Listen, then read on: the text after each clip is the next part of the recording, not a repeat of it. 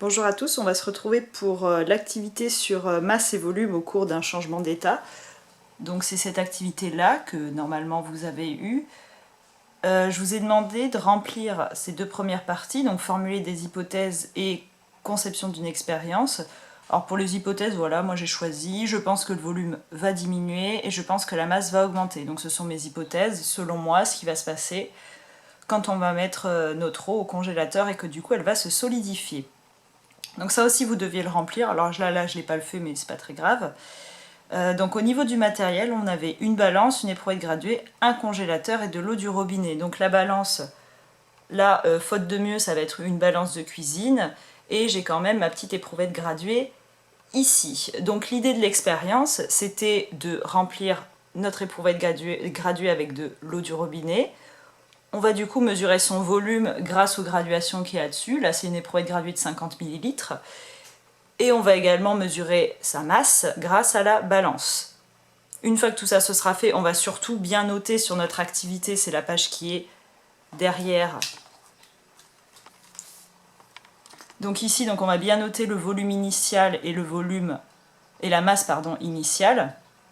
Donc ce qu'on a avant de mettre au congélateur, parce que vous êtes d'accord, on ne pourra pas savoir si ça a changé si on n'a pas mesuré avant de mettre au congélateur. Donc là, d'ores et déjà, je vais aller mettre de l'eau dans mon éprouvette graduée. Donc ça y est, c'est fait, j'ai mis de l'eau dans mon éprouvette graduée, donc on va lire le volume. Alors là, c'est une éprouvette qui est assez simple, c'est une graduation, donc les graduations, c'est les petits traits, pour 1 ml. Parce qu'il faut faire attention, il y a certaines éprouvettes, ça va être par exemple une graduation pour 2 ml. Mais celle-là, elle est simple.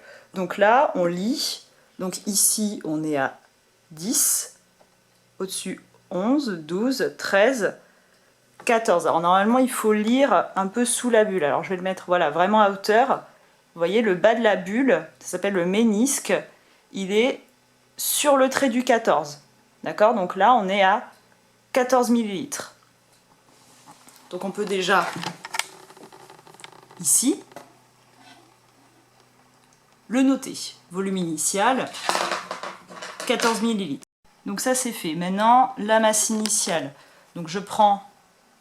Enfin, j'allume d'abord ma balance, ce sera mieux, si j'y arrive. Voilà.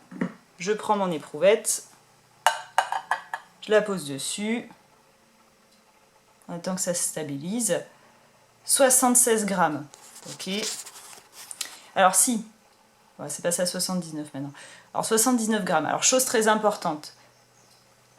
Alors vous voyez, justement, j'allais vous dire, c'est une balance de cuisine, c'est pas hyper précis. Donc chose très importante, justement, c'est la précision d'une balance. Sur les balances, il y a toujours une précision. C'est-à-dire que là, on a 78 grammes. Si on regarde sur le couvercle de la balance, on a ici ça, là, 1 gramme. Ça veut dire que la balance, elle est précise à 1 gramme. Donc ça veut dire que ça nous affiche 78. Le dernier chiffre, le 8, il n'est pas précis, on est au gramme près. Là, ça pourrait très bien être 77 grammes, comme ça pourrait être 79 grammes. Donc vu que notre balance n'est pas très précise, vous voyez déjà ça repasse à 80, on va écrire une fourchette, on ne va pas écrire un chiffre précis. Donc ce qu'on va faire, alors je vais essayer de préstabiliser.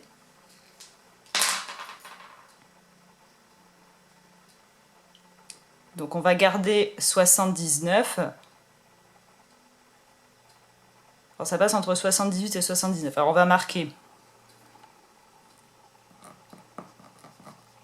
entre 77 et 79 grammes. D'accord? On a du coup une fourchette de 1 gramme. Voilà. Donc là, ça y est, on a noté notre masse initiale et notre volume initial. Il ne reste plus qu'à aller mettre l'éprouvette au congélateur.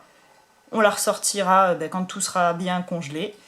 Et on mesurera la masse finale, le volume final, et on vérifiera nos hypothèses. On vérifiera si on a eu raison ou si on s'est trompé. Donc voilà, ça y est, la solidification a eu lieu.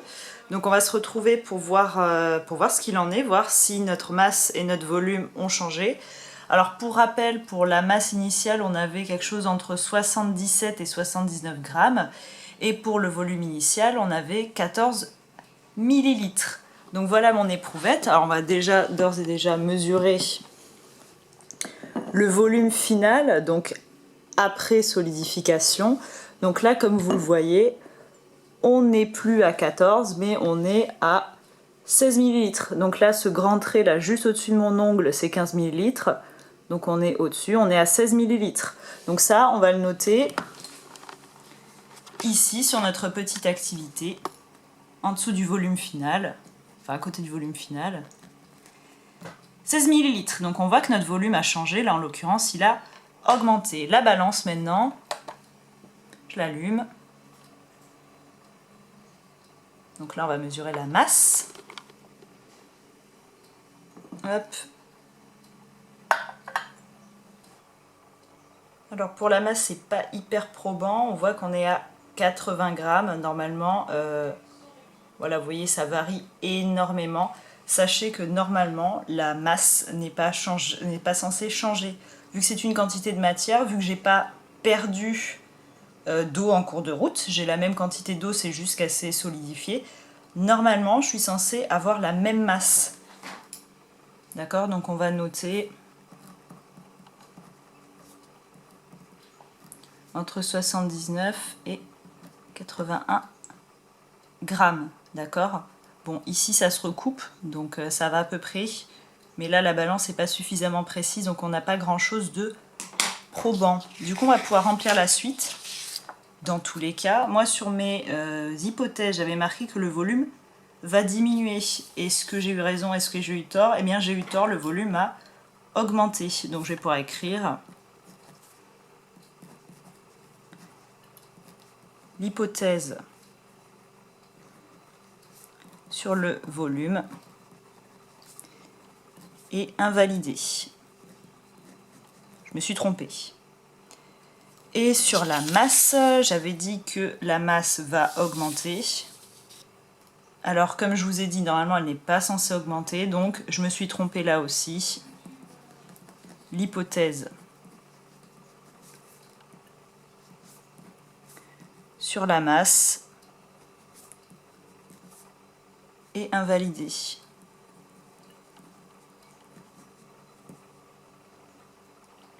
Et on peut compléter ensuite la phrase suivante. Au cours d'un changement d'état, la masse reste la même. Et le volume change. Alors là, il augmente parce qu'on a une solidification, mais dans le cas par exemple d'une fusion, c'est-à-dire si je laissais fondre ma glace, on aurait le phénomène inverse, c'est-à-dire que le volume aurait tendance à diminuer. Donc on met juste que ça change, parce que ça dépend du changement d'état.